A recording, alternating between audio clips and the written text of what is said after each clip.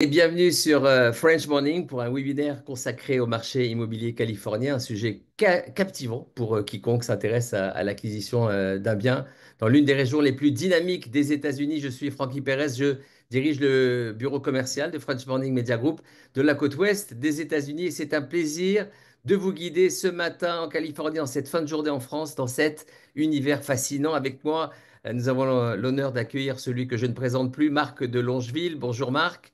Bonjour tout le monde.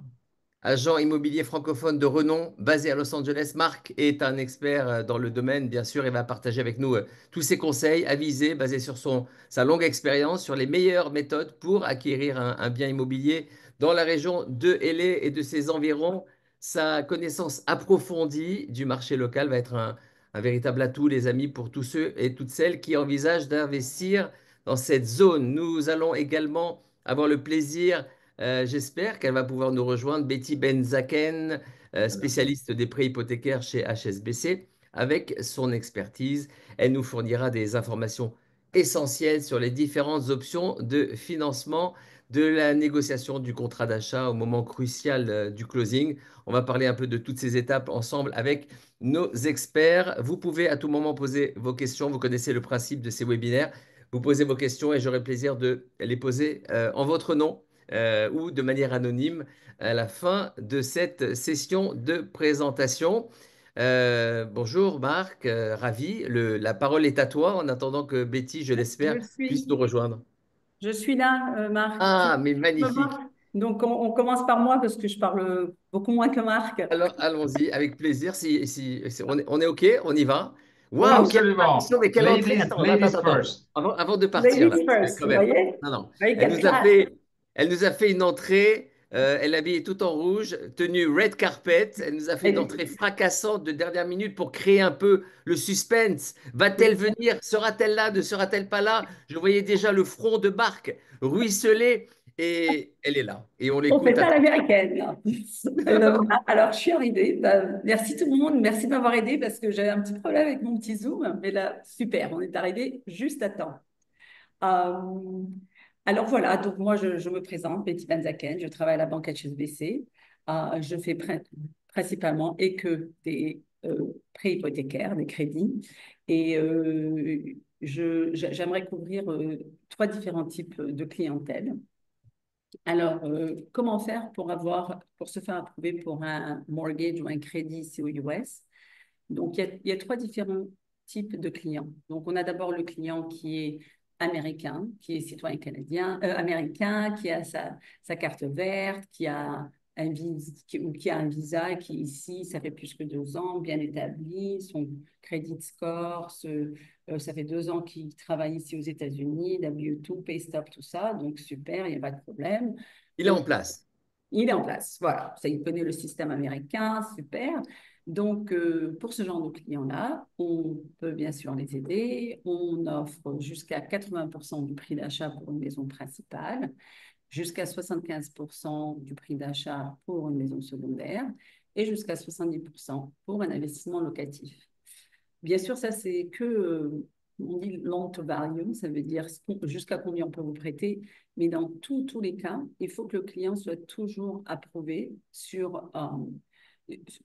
soit qualifié par rapport à trois choses, à votre revenu brut, euh, votre credit score et les actifs. Donc, par exemple, si vous achetez une maison principale, vous achetez 1 million de dollars, il vous faut le 20% down, donc il vous faut au moins le 200 000, les sous pour le closing cost, les sous pour les reserves. Alors ça, c'est toujours comme ça va toujours du même principe. Donc c'est très bien, ça c'est un peu classique. Maintenant, on va parler des clients qui sont nouveaux aux États-Unis. Ça veut dire Alors, que eux, ils ont pas de credit score. Ils sont comme des petits bébés qui viennent de naître. exactement. Alors, ils arrivent ici, ils connaissent pas le système de crédit score, ils sont encore avec la mentalité européenne que ils achètent tout cash, ils veulent rien mettre sur crédit. Ici, welcome to America, c'est l'inverse.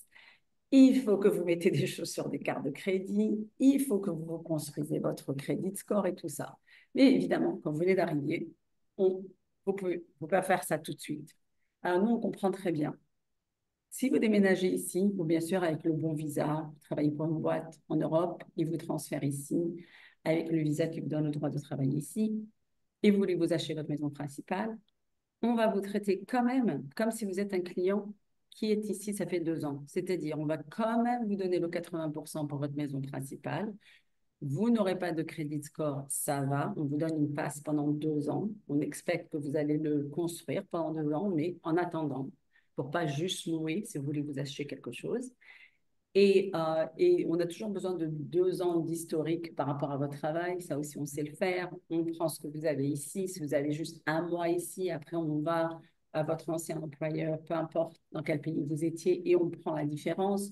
Donc, tout ça, on sait le faire. Et je pense qu'on est une des seules banques qui donnent ce service, de pouvoir vous donner jusqu'à 80% du d'achat. Même si vous êtes, par exemple, je ne sais pas, moi, vous êtes en France, et puis là, vous savez que dans 2 mois, vous allez vous faire transférer par votre boîte aux États-Unis et que vous aimeriez vous acheter quelque chose.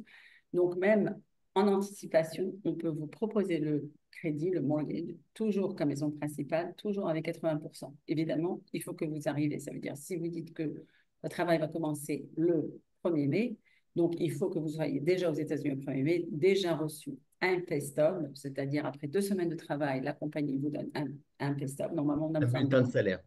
un bulletin de salaire, merci. Donc, normalement, vous en avez besoin deux pour un mois, mais avec une lettre, votre nouveau contrat de travail aux États-Unis, on peut aussi faire ça.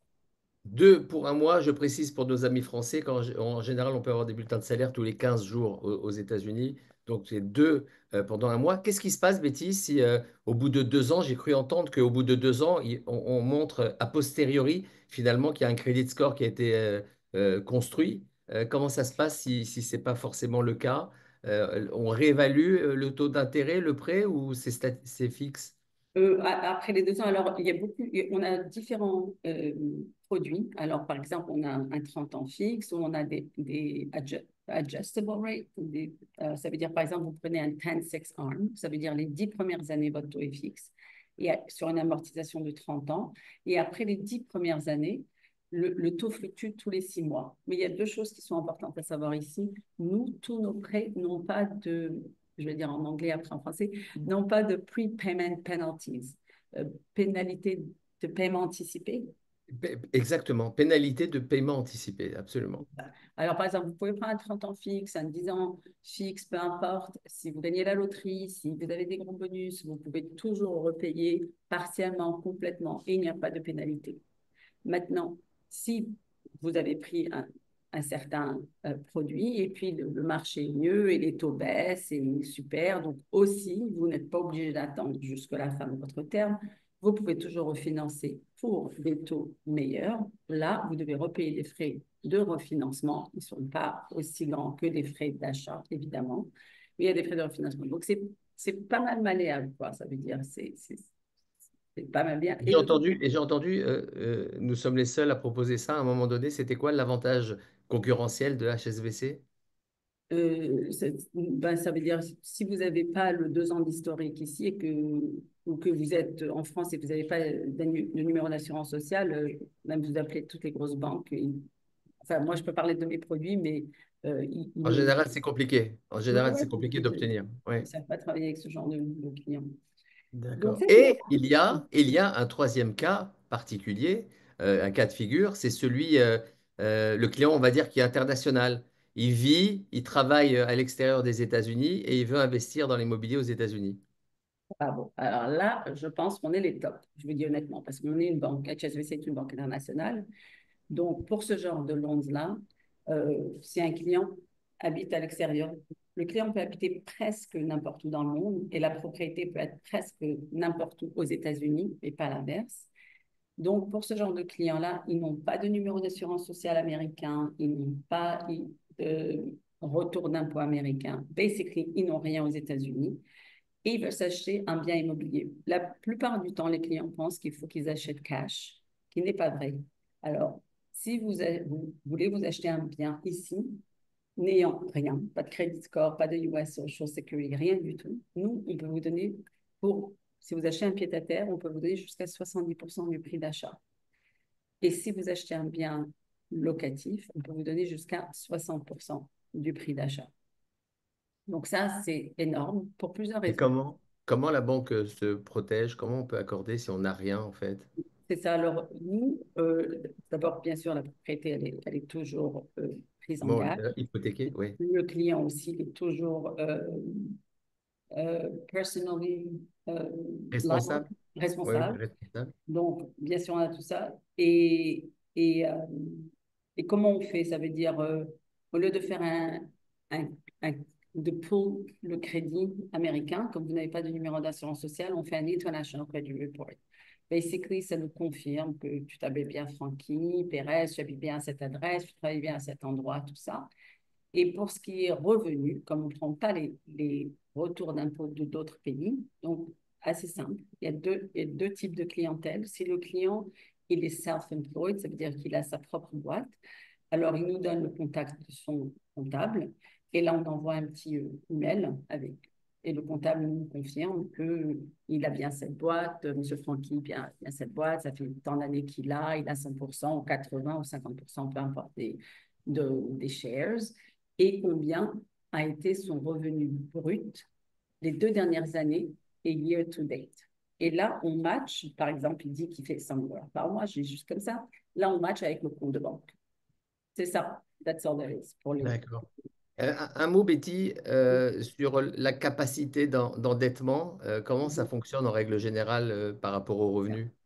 Ouais, alors, très bonne question. Moi, de ce que j'ai compris en Europe et tout, c'est 33%. Un tiers, Ici, ouais. si c'est un client qui habite ici, comme les deux premiers scénarios dont on a parlé, notre guideline, c'est c'est 50%, donc c'est beaucoup plus haut. Et pour le client, le right client, on peut toujours demander une exception et aller jusqu'à 55%. Donc c'est énorme. Toute la compétition en général, ils vont jusqu'à 43% seulement. Pour le client international, on va jusqu'à 45% au lieu du 50%.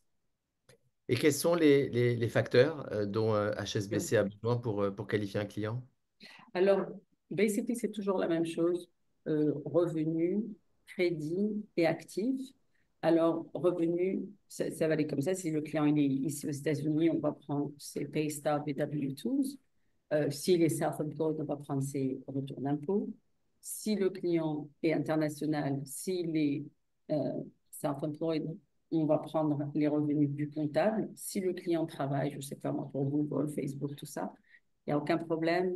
Vous nous donnez le email de votre HR, on leur envoie un email, juste ils remplissent. Qu'est-ce que vous avez fait comme euh, revenu brut, base salary et les bonus. Alors ça, c'est pour le revenu. Si, et pour le crédit, vous comme vous n'avez pas de US Social Security Number, on ne peut pas pour le credit. Donc, on fait un International Credit Report, juste qui confirme qui vous êtes et si vous n'avez pas d'autres dettes. Et les actifs, si vous achetez une maison secondaire, vous achetez 1 million de dollars, nous, on vous donne 700 000, vous devez nous montrer que vous avez dans vos comptes de banque le minimum du 300 000, des closing costs et des réserves. Bon, bien sûr, je le dis rapide comme ça en 5 minutes, mais ça prend 2 mois, toute cette histoire. On peut aller plus rapide, bien sûr. Mais bon, on aura besoin, si vous avez une maison, si vous avez un crédit dessus, on aura besoin de l'état de compte de ce crédit. Vous voyez ce que je veux dire? Mais c'est basically ça pour nos 3 clients. Euh, tu as une question, Francky? Non, non, non, c'est très clair. On a fait un petit 360 degrés là en 10 minutes, c'est très efficace. Bien sûr, il y a des cas particuliers et c'est tout le travail et c'est là où Betty intervient pour analyser précisément votre dossier et votre cas de figure pour apporter les solutions correspondantes. Est-ce que, euh, est-ce que tu dois rejoindre ton red carpet ou tu restes avec nous, Je Betty? reste avec vous. Je veux juste Ah, ajouter deux petites choses. Que oui, le crédit est toujours au nom personnel du client et le titre de la propriété peut être au nom personnel du client ou on offre aussi ce service où vous pouvez le mettre sur une US LLC, US Corporation. Ça aussi, il n'y a pas beaucoup de banques qui font ça. Et aussi, l'autre chose qui est importante à savoir, c'est que si vous achetez une maison, super, on enverra un appraisal, mais si vous achetez dans un building, un condo, donc s'assurer aussi que non seulement que le client doit être approuvé, mais le building doit aussi être approuvé, et c'est pour votre protection. On s'assure que c'est un bon building. Et aussi, je couvre la partie private banking, c'est-à-dire des hypothèques jusqu'à 50 millions. C'est-à-dire, si vous voulez vous acheter votre palace à 100 millions, on peut le faire. On peut, c'est un peu différent dans le private banking. Voilà. On va innover parce que dans la dynamique de ce webinaire, je vais vous poser les questions au fur et à mesure qu'elles arrivent plutôt qu'à la fin en bloc comme ça. Bonjour, comment se positionne HSBC sur les taux de crédit par rapport à la concurrence? Alors, si ça veut dire, si c'est un client international, on a définitivement les meilleurs taux. Si c'est un client domestique, nos jumbo loans, ça veut dire les loans qui sont au-dessus d'un montant, on est On a quand même, définitivement les meilleurs taux. Et si c'est un voilà. client extérieur, on a définitivement les meilleurs taux. Voilà, Voilà. c'est Moi, la on appelle une vérité. réponse groupée. Voilà. Mais moi, ça veut dire toujours ce que je dis, et moi, j'aurais fait la même chose si c'était pour moi. Si je veux m'acheter quelque chose, Ah, j'appelle deux, trois grandes banques et je leur demande les taux. bien sûr. Si on est au-dessus et que vous voulez quand même travailler avec nous, je peux toujours demander de matcher ou faire mieux.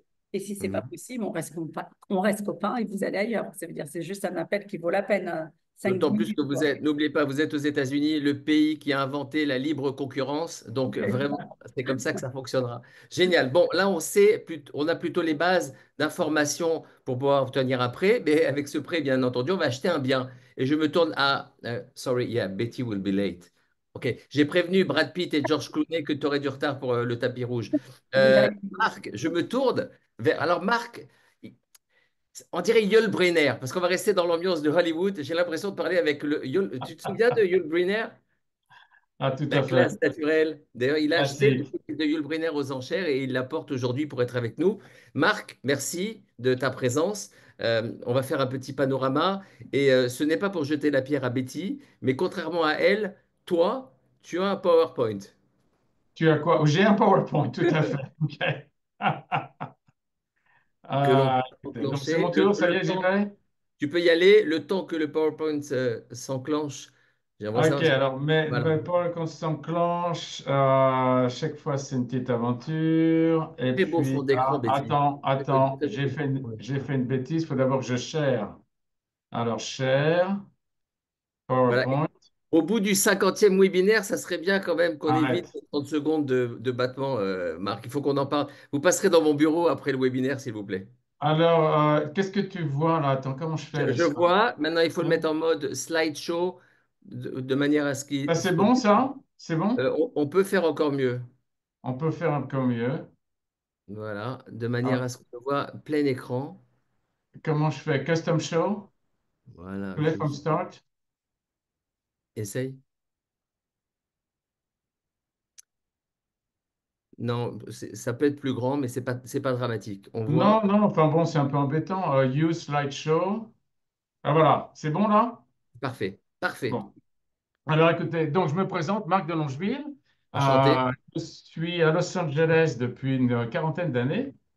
Je suis venu ici pour 2 semaines, il y a 40 ans. Voilà, et je suis resté. Je suis tombé amoureux de cette ville, et pour de bonnes raisons. Vous voyez, ça c'est le downtown avec les montagnes de San Bernardino qui sont derrière. Je vais vous montrer plein de petites photos, histoire de vous mettre à l'aise sur la ville que j'adore, et puis en même temps profiter pour que vous me connaissiez un petit peu, mon petit côté goofy. Ça, c'est un point de vue que les gens voient rarement. C'est l'opposé de la baie de Los Angeles. Là, on est à Palos Verdes. Et la vue que vous voyez là, c'est une vue plongeante qu'on appelle le Queen's Necklace, le collier de la reine, avec Malibu qui est sur la gauche et qui a été bien transformé après les incendies il y a peu de temps.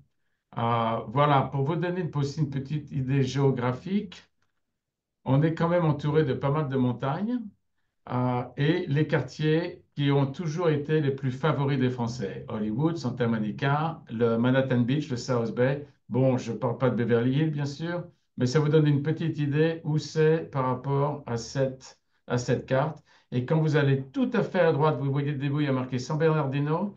Là, on va passer dans un autre endroit qui s'appelle Palm Springs. Et ça, c'est le désert, c'est à 2 heures de bagnole. Donc, à 1 heure de voiture, vous pouvez faire du ski. Eh, Et à 2 heures, vous êtes dans un climat différent. J'étais le week-end dernier, il faisait 20 degrés ici, ou je sais pas, 15, et là-bas, il faisait 25-30 degrés. C'était complètement only in incohérent. California. Vive la Californie. Alors là, bon, des petites photos quand je suis arrivé ici à Hollywood.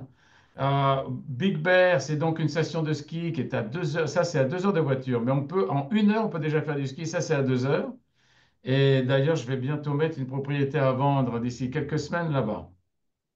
Ça, c'est le désert. J'en ai parlé il y a une seconde. Et je vous parle de tout ça pour vous donner une idée que géographiquement, LA, c'est vraiment, c'est pas, la ville est super sympa, mais donne accès à des tas d'aventures. Voilà, maintenant parlons un petit peu de ce que je fais moi en tant qu'agent immobilier. C'est un petit peu différent, je crois, de la France, parce qu'ici, d'abord, on porte beaucoup de chapeaux et ce sont on est dans des relations transactionnelles qui sont très intenses. OK? Et en tous les cas, que fais-je? Donc, au niveau résidentiel, je m'occupe de l'achat, des ventes et des locations. Les propriétaires revenus, ça veut dire c'est des maisons avec comment on appelle ça, des appartements à louer.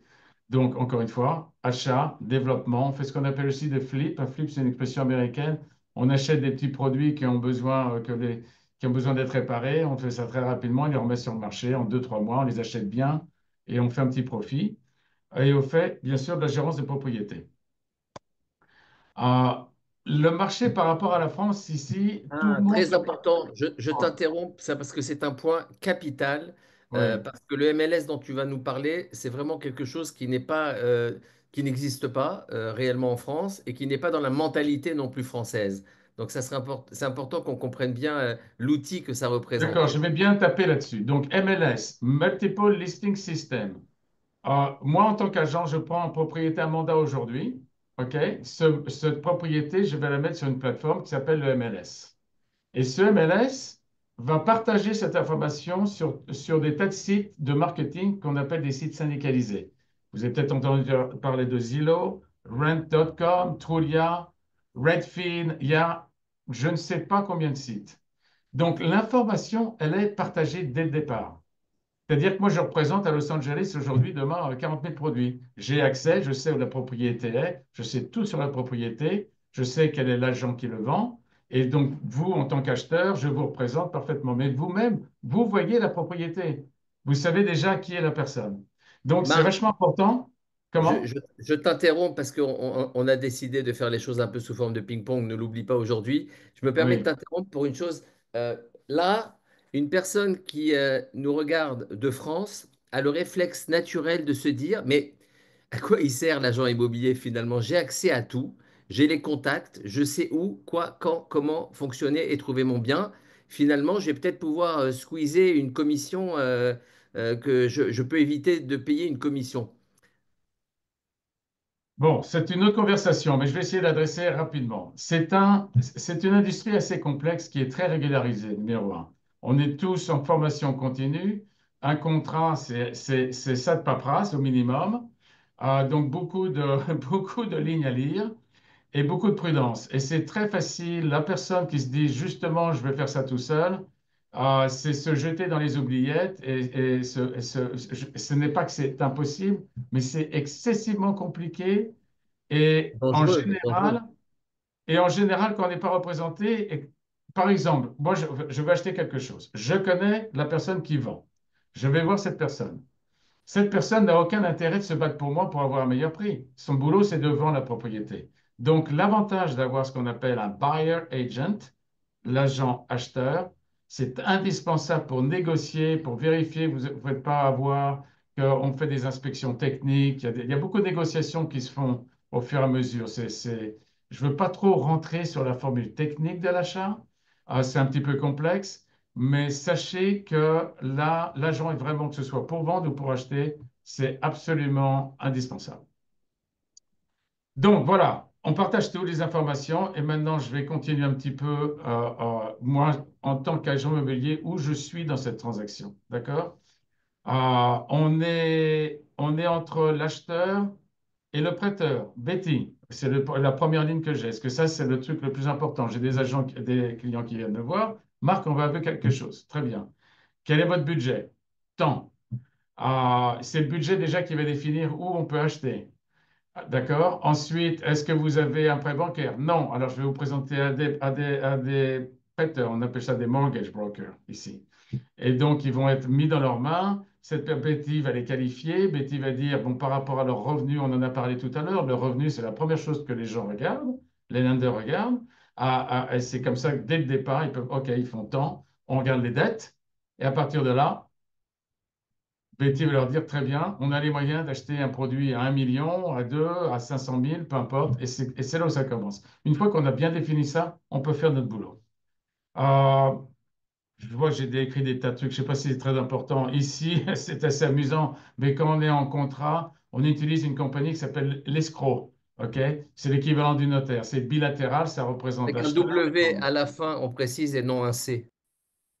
OK, merci.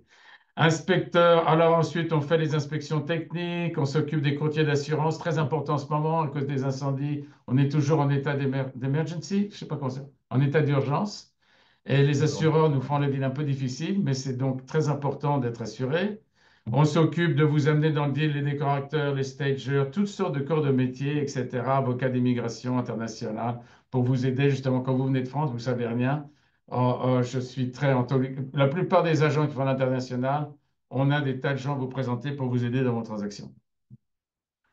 Qu'est-ce que j'ai écrit là? Excuse-moi, parce que j'ai pas fait ce truc depuis un petit moment. Santa Oui, alors, Monica, Beverly Hills, Manhattan Beach, en fait, il y a différentes régions, il y a différents styles de vie et l'idée, c'est de connaître ces régions en fonction c'est finalement. connaître les régions, c'est de savoir, c'est quand même une énorme ville, mais pour moi, c'est fait une succession de villages, si vous voulez, hein, qui ont chacun leurs caractéristiques et aussi qui sont gérés de manière différente. Donc, Los Angeles, c'est toute cette ville entière, mais par exemple, Beverly Hills, Santa Monica, le South Bay, ils ont leur propre système d'école, Culver City, leur propre police, Fire Department, donc ils sont complètement dépendants du reste de la ville. Et c'est une grande différence quand vous appelez les urgences, croyez-moi. Et surtout, ce qui est très important, ce sont les écoles. Les écoles élèvent les valeurs immobilières. Ça, c'est donc, même si vous n'avez pas d'enfant, dire que j'en ai rien à foutre, vous achetez peut-être avec un premium, mais vous allez aussi revendre avec ce premium. Et on part toujours du principe, et ça c'est international, location, location, location. Donc, mieux vaut acheter petit dans un endroit bien que grand dans un endroit paumé. Bon, enfin ça, c'est encore une fois une autre conversation. Parce que si vous tombez amoureux d'un truc extraordinaire qui n'est pas foncièrement de cette démographique, c'est très bien aussi, mais il faut le savoir. Système scolaire indépendant, communauté internationale, très bien, hop, je continue. Alors, des choses un petit peu importantes, je vais essayer de rentrer dans le vif du sujet qui m'intéresse aujourd'hui. Grâce un peu aux politiques américaines ces derniers temps, ben vous, les Français, vous avez bénéficié d'un euro qui a un peu plus de pouvoir d'achat. Hein. Vous voyez ce petit graphe qui monte, qui monte, qui monte. On est quoi aujourd'hui à 1,12, j'ai fait ce graphe la semaine dernière, entre 1,12 et 1,13. Donc déjà, c'est une acquisition, alors qu'il n'y a pas longtemps, on était 10%. Vous gagnez de l'achat 10% sur votre argent aujourd'hui. Donc ça, c'est déjà facile.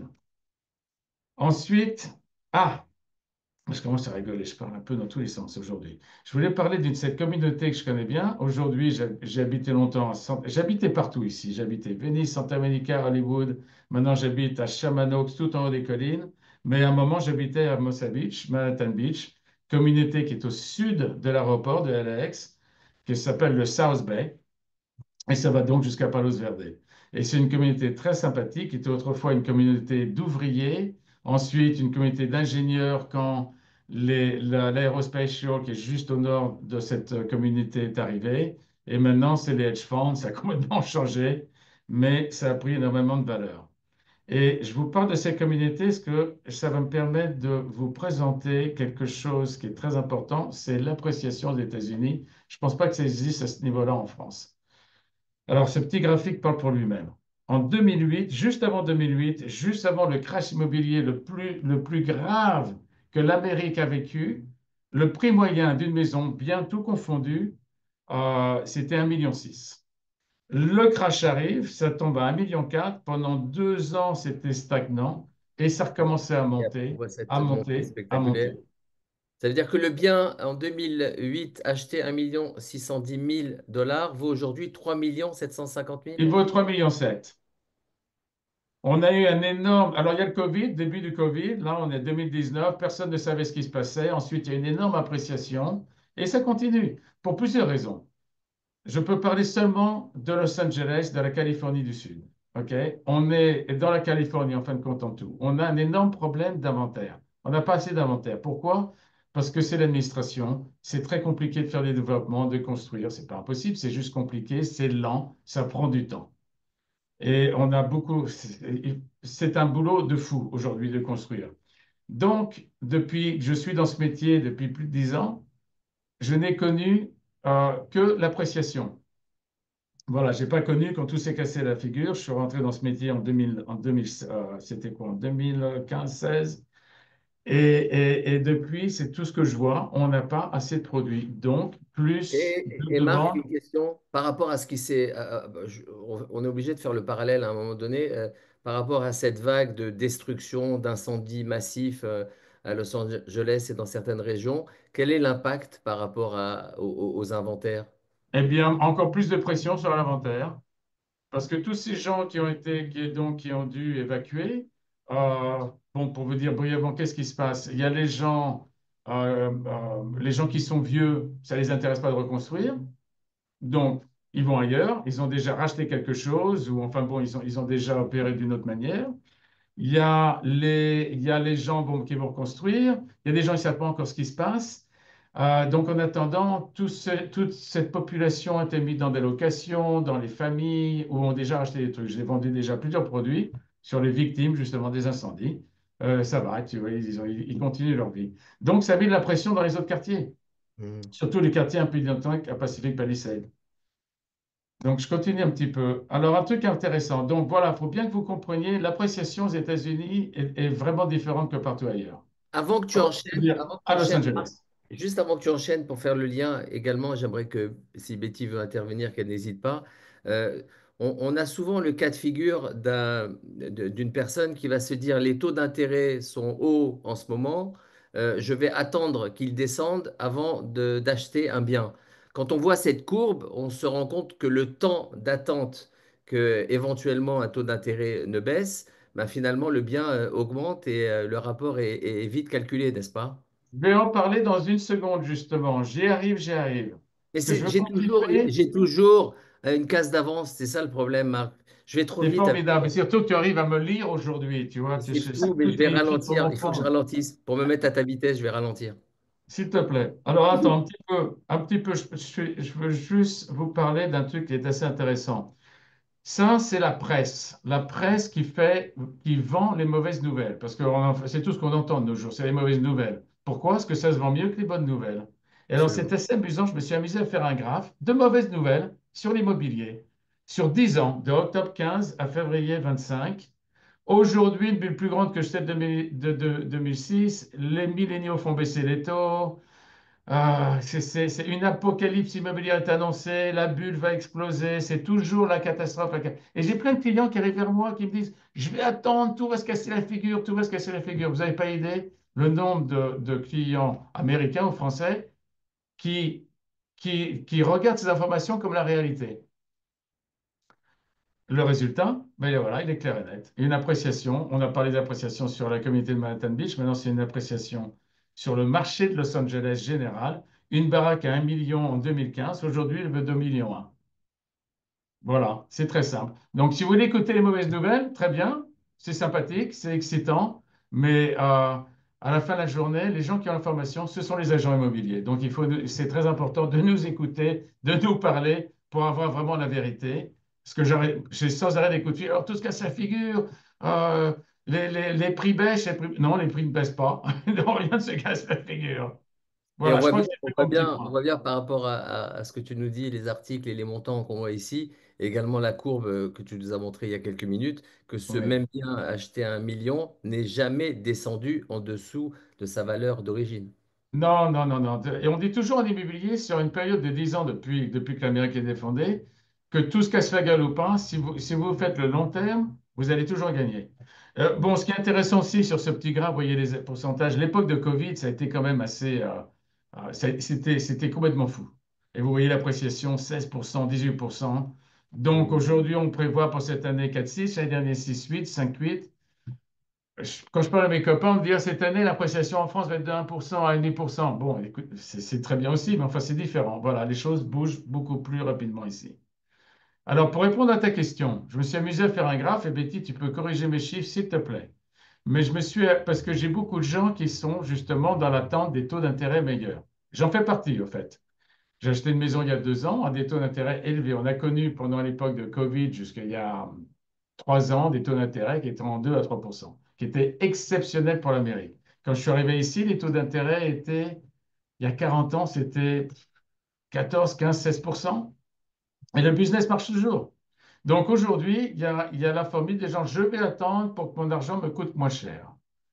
Moi, je dis toujours, de toute façon, quand vous achetez une maison, il faut l'acheter, sauf si vous êtes un investisseur et que vous faites une propriété revenue, c'est un produit que vous voulez en profiter. Là, je fais ce webinaire de mon bureau. Voilà, je suis à la maison. Je suis dans la verdure, j'ai de la vue, j'ai une piscine, j'ai une très belle maison que j'ai achetée beaucoup plus cher que le prix listé à des taux d'intérêt. J'aurais aimé qu'il aurait bien baissé. Mais enfin, avec les économies, ça va prendre un petit peu de moment. Mais à la fin de la journée, un, j'ai les moyens de me la payer. Et deux, je vis le bonheur tous les jours quand je me réveille. Et ça, je crois que c'est le phénomène le plus important. Quand vous voulez acheter un produit pour vous, il faut que ça vous fasse plaisir. Donc, quand on met ça de côté, c'est le côté émotionnel, et on garde le côté pratique, et j'ai utilisé des taux d'intérêt de 6,75. Betty, c'est un petit peu ce que c'est aujourd'hui? 6,75, 6,50?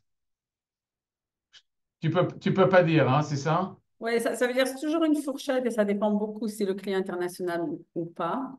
Euh, si c'est une maison principale, si c'est une second home, toutes ces choses-là. Mais c'est une bonne fourchette entre 6 et 7. Et pour le client international, c'est toujours un peu plus haut. D'accord. Bon, enfin, en fin de compte, quand on prend un produit à 1 million, on considère l'appréciation et on considère des taux d'intérêt qui sont quand même très élevés pour nous aujourd'hui. Voilà le coût d'attente sur un an, ben, vous allez perdre 71 000 dollars. Alors, si vous comptez rester dans votre... Et ça, c'est sans rajouter, par exemple, si vous êtes des locataires avant d'être propriétaire, eh bien, vous rajoutez les coûts. Vous êtes en train de payer, au fait, les taux, les mortgages des personnes à qui vous louez votre propriété. Donc, vous êtes vraiment très perdant. Donc, quel est le bon moment d'acheter? Maintenant. C'est toujours maintenant. Aux États-Unis, ce n'est pas un business qu'on essaye de calculer avec le temps.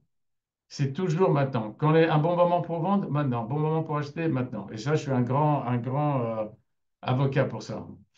Euh, voilà. Si ça vous intéresse d'avoir ces slides, vous pouvez me connecter. Je peux vous donner toutes ces informations. De toute façon, en parler plus tard, bien sûr, de Et il manière y un a peu aussi, plus rappelons-le, éloquente. aussi la possibilité sur ton site de télécharger le guide de l'acheteur qui est extrêmement bien fait. On aura Ah l'occasion bon, de mettre le QR code à la fin de ce webinaire. c'est formidable. Encore une fois, tu lis ce qui se passe dans ma tête. On y arrive, on y arrive. Bon, alors après tous ces chiffres et vous avoir parlé, l'appréciation, les trucs, tout ça, c'est sympa, mais c'est un peu boring. Alors, vous faire rêver un petit Fais-nous peu, hein. rêver! Fais-nous Ouais, rêver, voilà. Marco. Un petit coucher de soleil au Santa Monica Pier. Magnifique. Attends, qu'est-ce qui se passe? On m'appelle sur mon truc. Pourtant, j'ai mis Do Not Disturb. Excusez-moi. Et c'est incroyable, Betty, qu'après 40 ans, il dit Do not disturb. Mais c'est incroyable, je ne sais plus quoi faire avec lui. Mais aidez-moi. Attends, aidez-moi. Allez, hop. Attends, je suis frozen là. Je suis frozen. Je ne bouge plus. Vous m'entendez? Non, nous, on t'entend parfaitement, mais par contre, tu ne bouges plus, oui. Je C'est bouge quand plus, mes images tu as bougent répondu au plus. téléphone. Mais à mon avis, c'est le coup de fil qui a fait quelque chose. Donc voilà, hop. Donc une petite Super. balade sur Santa Monica, très sympa. Tiens, d'ailleurs, il y a quelques années, je faisais beaucoup de marches là-dessus. Un jour, je suis tombé sur Charles Aznavour, très sympathique. Voilà, un petit côté français. Typique, très iconique des rues de Los Angeles, c'est les palm trees, on les a partout, c'est exceptionnel. Et ça, c'était une rue où j'habitais à Santa Monica. C'était la vue de ma rue quand je sortais de la maison. Encore très iconique, Venise, on oublie que Venise a été, à l'époque, quand ça a été créé, à l'époque c'était au début du siècle, c'était deux personnes richissimes. Un, c'était un baron des chemins de fer, et l'autre, c'était, je crois, le tabac, je ne sais plus. Ils ont fait 50-50. Il y en a un qui a construit le pire, qu'on a vu il y a 2 secondes, pour attirer les gens. Il y avait un train qui les amenait jusqu'au pire.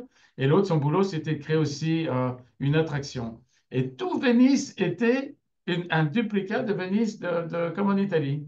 Et il reste un petit rémanent avec quelques canaux. Il en reste 5. Donc, beaucoup de Français habitent dans ces endroits.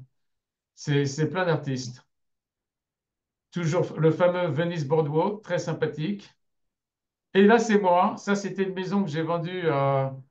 C'était un grand exploit parce que on m'avait donné ce mandat. Il a fallu refaire toute cette baraque. C'était un boulot. Mais ce qui est très Versailles. iconique, Elle s'appelait comment? Versailles, non? Ouais, bah on l'avait. Moi, je l'appelais mon petit bébé Versailles, hein, parce que c'était un peu vraiment ça. Et dans la salle de bal, si vous voulez, d'entrée, comment ça s'appelle ça, les lustres sont fabriqués. Mais dis donc, moi, je bouge toujours pas sur la caméra, là, je vois. Bon, c'est pas grave. Les lustres sont fabriqués toujours par la société Lumière qui a fait Versailles. C'est une Incroyable. société qui existe depuis 450 ans. Et si je me souviens bien, Marc, tu m'as dit que ils ont, les acheteurs n'ont pas conservé en l'état, en fait, hein. Non, les acheteurs sont en train de tout raser. Ils vont faire une maison très moderne. Bon. Incroyable. C'est l'Amérique, hein. Les choses changent. Et pourtant, elle était bien construite, cette maison. Enfin, c'est un goût, encore une fois, très spécial, hein.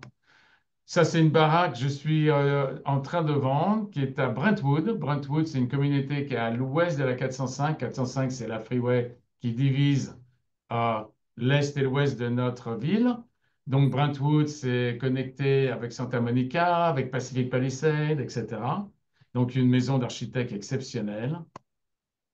Ça fait rêver, ça, non? Alors, Magnifique c'est cette un piscine. truc intéressant. Cette piscine a été faite une dizaine d'années. Elle fait 12 pieds de fond. Ça fait quoi, 12 pieds? Ça fait plus de 2 mètres, c'est ça? Eh bien, Non, aujourd'hui, on 4 peut mètres. plus. 4, Comment? carrément. 4 mètres, 4 mètres 50.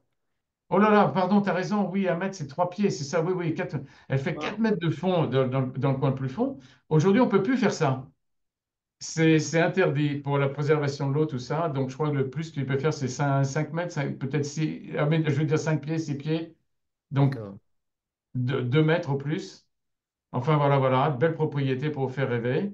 Et puis, alors ça, c'est toujours ma petite promesse sympathique pour vous attirer à moi. C'est que un de mes petits hobbies pendant la saison de la pêche au homard, ben, c'est la pêche au homard, c'est la plongée de nuit que je fais avec des copains. Et je suis connu pour, quand je fais une transaction, ben, de finir la transaction avec un petit casier de homard vivant. Mais ça, c'est seulement de septembre à mars, OK? Il va falloir que je trouve un autre truc entre mars et septembre.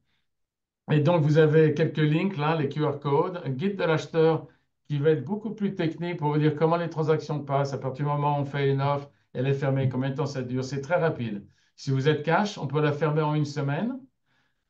Si vous avez un prêt bancaire, 20 jours, 30 jours, donc c'est très, très rapide. Et vous allez voir qu'est-ce qui se passe, les gens avec qui je travaille, que je recommande et tout ça pour cette transaction. Le website, ben, c'est mon website. Vous allez voir cette information, les propriétés que j'ai à vendre, etc. Et j'ai aussi plein de guides et plein d'informations sur le site. Voilà. Je vous invite, à vous toutes et vous tous qui a assisté à ce webinaire, à prendre une photo de ces deux QR codes et le moment voulu, aller prendre plus d'informations. On a une question pour Betty. Euh, de Oriane qui te dit bonjour Betty. Is it like in France? Est-ce que c'est comme en France, to build a house? We made... Alors, comme c'est en anglais, je ne sais pas si. Je suppose qu'Oriane va comprendre la réponse en français si elle assiste à ce webinaire. Est-ce que c'est comme en France, construire une maison, faire un mortgage pour l'eau et ensuite construire une maison, payer cash? Est-ce qu'on peut faire ça aux US ou avec HSBC? J'ai pas très bien compris. Alors, C'est ouais, on s'était écrit, donc j'ai un peu le background. Donc, d'accord. bonjour Ryan, comment ça va? Donc, juste pour Déjà, expliquer. si tu peux reformuler la question pour les autres personnes. Ouais. Alors, Oriane, je pense elle demande à la question si elle achetait juste un lot, juste un terrain, sans rien dessus, est-ce qu'elle peut se faire financer? Est-ce qu'on peut lui donner un mortgage dessus? Alors, non, nous, on ne finance pas ni un terrain, ni la construction. Ça veut dire, c'est à vous si vous avez des sous pour acheter cash et le terrain et faire la construction. Et quand vous finissez tout ça, tous les permis fermés, vous avez le certificat d'occupancy et que Oui, d'occupation, ouais, certificat d'occupation. donc après ça, vous revenez vers nous et là, nous, on peut vous donner quelque chose qui s'appelle un cash out. Ça veut dire on peut vous donner des sous sur la maison complètement terminée. Est-ce qu'il y a d'autres banques qui financent les terrains et, et la construction, peut-être, mais moi, je ne les connais pas. Je ne sais pas, peut-être Marc, peut-être tu t'y connais? Pardon? Est-ce que tu sais, Oriane demandait dans les questions, si elle achetait un terrain pour après construire une maison, est-ce qu'elle pouvait avoir un mortgage? Nous, personnellement, on le fait. Oui, alors quand vous êtes propriétaire d'un terrain, à partir du moment où vous avez payé et vous voulez faire une construction, on a ce qu'on appelle ici les construction loans, donc les prêts bancaires sur la construction. C'est donc la banque va vous prêter tant d'argent pour votre construction, c'est bien établi. Elle ne va pas vous la donner d'un coup, elle va la donner au fur et à mesure que vous développez la maison, donc pour payer les contracteurs. Mais est-ce que tu C'est penses commun. ça avec les clients internationaux? Travailler avec les clients internationaux? Oui, parce qu'à ce moment-là, la propriété est déjà payée, le terrain est déjà payé, et donc la banque à ce moment-là va mettre un lien sur le terrain. Et je pense Voilà. aussi qu'elle voulait savoir s'il y a quelqu'un, si tu connais quelqu'un qui peut financer le terrain lui-même. Alors, financer le terrain lui-même, c'est un petit peu plus compliqué parce que ça dépend des endroits. Si c'est rural, si c'est en pente, tout dépend. Là, c'est vraiment un truc de location. Il y a des endroits où les gens se battent. Par exemple, il y a un endroit qu'on appelle le Beverly Hill Flat. Essentiellement, c'est, si vous connaissez un petit peu Beverly Hill, donc Rodeo Drive, tout ça, au nord de Rodeo Drive, en allant vers les collines, il y a un endroit qui est très plat. Et ça, c'est la folie. Là, si je mets une petite annonce demain, terrain à vendre, j'ai 200 personnes avec un numéro qui viennent me voir, hein. Donc là, là, les banques, ils n'ont pas de problème pour vous faire un prêt. J'ai Question répondu à pour la toi, question? Marc. Oui, oui, c'était clair. Enfin, pour moi, c'était clair. Betty, j'ai l'impression que tu es resté sur ta faim. C'est très bien. Parce que je sais juste expliquer, mais on commande à la maison pour que la banque nous prête pour le lot. Merci pour la réponse. OK, I guess. Mais Oriane, sens-toi bien à l'aise de nous appeler directement, hein, parce que des fois, comme ça, quand on répond juste sur des questions, peut-être c'est pas très clair, mais sens-toi bien à l'aise de m'appeler et d'appeler Marc. On te donnera les réponses qu'on a. Ça va, je vous dérange pas? T'appelles Question pas pour, tranquille. Question pour Marc. Pour l'investissement locatif, en général, c'est quoi le taux moyen d'occupation locative par zone ou par ville? Est-ce qu'il y a des restrictions locales pour ceux qui veulent faire, par exemple, du Airbnb?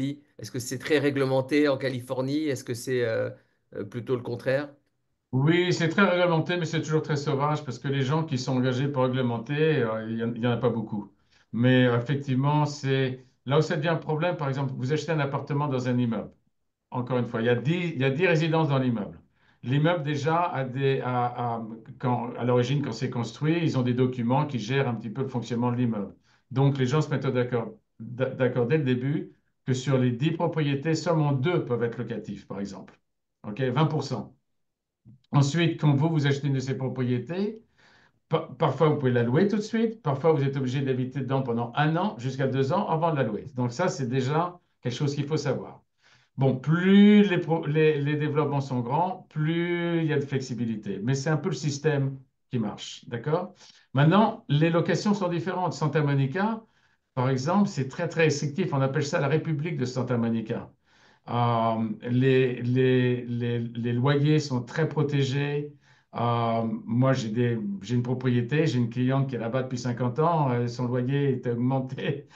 Elle paye un loyer dès qui est ridicule par rapport à d'autres propriétés dans l'immeuble. Il y a des gens qui payent 3 000 $, elle doit payer encore 700 $. Donc, il Hmm. faut savoir où acheter. Il y a des endroits, par exemple le South Bay et Redondo Beach, il n'y a pas de rent control. Donc ça, pour un investisseur, en général, je l'essaie de les mettre là-bas. C'est beaucoup plus simple pour, quand il y a des problèmes locatifs, de mettre les gens, les mettre à la porte.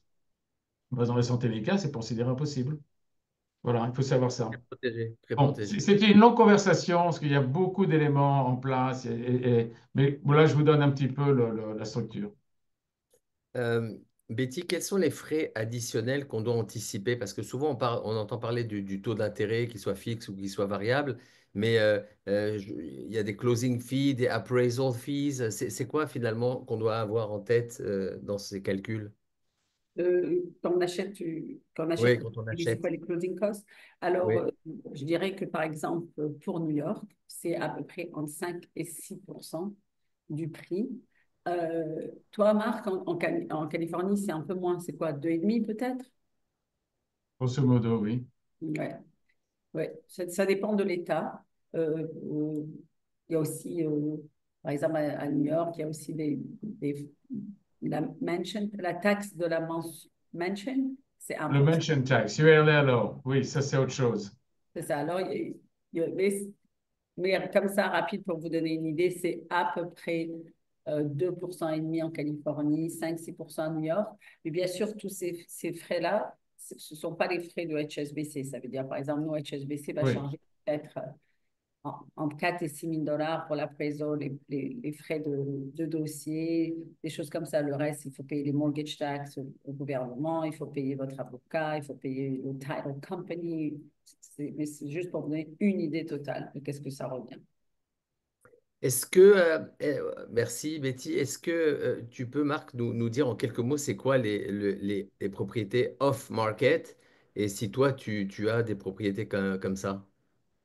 Bah, le off-market, c'est très clair. Donc, je vous ai parlé au début que toutes les propriétés sont mises sur MLS, donc visibles, tout le monde a accès à l'information. Mais avant ce marché, par exemple, j'ai une propriété que je vais mettre live dans 2 semaines. Je commence déjà à en parler. J'en parle, je disais, au sein de mon bureau, j'en parle sur des plateformes. On est assez discret parce que c'est très régularisé. Le MLS, l'association des agents, il y a ce qu'on appelle le CAR, California Association of Realtors, et le NAR, National Association of Realtors, nous contrôle complètement. On est vraiment une profession très, très contrôlée. Et il y a quelques années, il y avait un petit problème sur l'off-market, parce que les gros brokers, par exemple, moi je travaille avec Sotheby's, donc on est très connectés, on est dans tous les États, on a des bureaux partout dans la ville. Donc on bénéficie d'un langage entre nous qui est très accessible, mais un petit broker de quartier, si vous voulez, n'aura pas accès à ces informations. Donc, ils ont fait une loi. Quand je commence à parler d'un produit publiquement qui va venir sur le marché, j'ai apparemment 24 heures pour le mettre public, c'est-à-dire pour le launch sur la MLS. Donc, on est assez prudent pour en parler, sachant que beaucoup de transactions se passent off-market, du bouche à oreille. Mhm. Voilà, donc il faut avoir un agent. Je vous recommande un agent qui est connecté, qui travaille dans d'un gros groupe. Donc ça va être nous, ça va être Compass, ça va être Berkshire Hathaway, Keller Williams, donc des gens très connectés qui peuvent vous faire bénéficier justement de ça.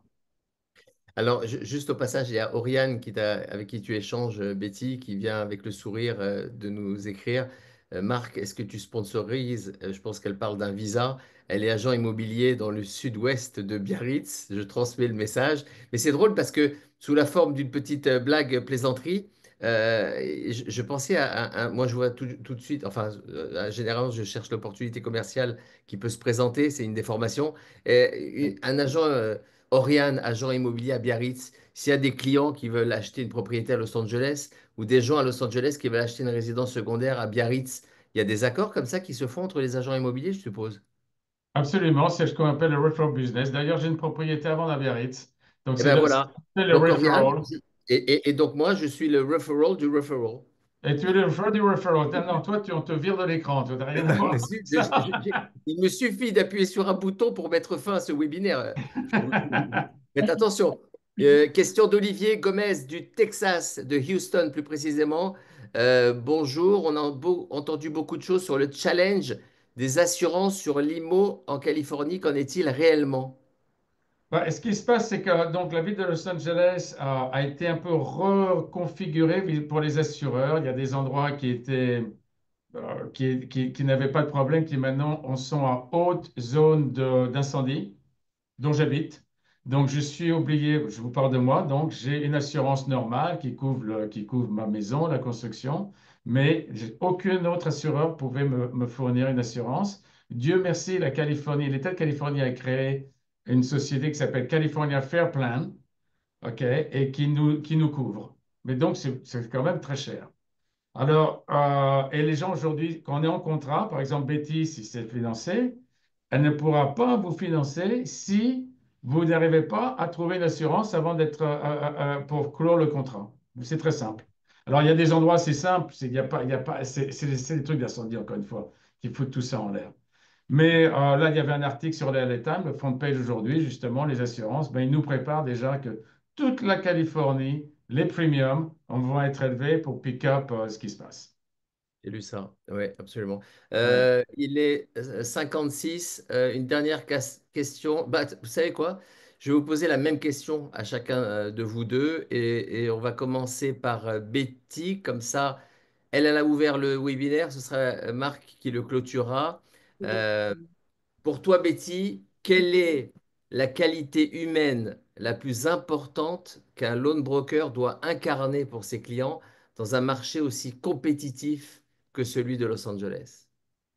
Alors, quelques, petites choses. Alors, d'abord, de toujours commencer par discuter à Marc et à moi pour savoir combien vous pouvez vous faire préapprouver, parce que sinon, vous allez perdre votre temps et tout le monde va être juste frustré à la fin. Donc, de base, c'est qu'on se fasse un appel et qu'on voit par rapport aux revenus, par rapport aux actifs, combien de sous vous avez, tout ça. Et puis là, je vous conseille d'appliquer pour un pre-approval parce que si Marc il doit mettre une offre, il a toujours besoin de ce pre-approval. C'est quelque chose qui ne coûte rien. Une fois que vous appliquez, ça me prend 24 heures pour le faire et je vous le donne, il est valide pendant 4 mois. Une fois qu'on passe l'étape du pre-approval, que vous avez trouvé la propriété, l'offre a été acceptée, tout ça, là, c'est de travailler rapidement avec nous. Quand on vous demande des documents, de nous les donner rapidement. Euh, voilà, on a notre département de traduction, donc c'est pas un problème s'ils arrivent en français. Et d'être sympa. Voilà, voilà. Je vais juste faire l'écho de toi, Betty. Donc, vous êtes client, vous venez me voir. Le premier truc, c'est les finances. Voilà. Donc, si vous avez un prêt bancaire, super important, travaillez avec Betty. Moi, quand je vous représente, je vais faire une offre. On a trouvé un produit.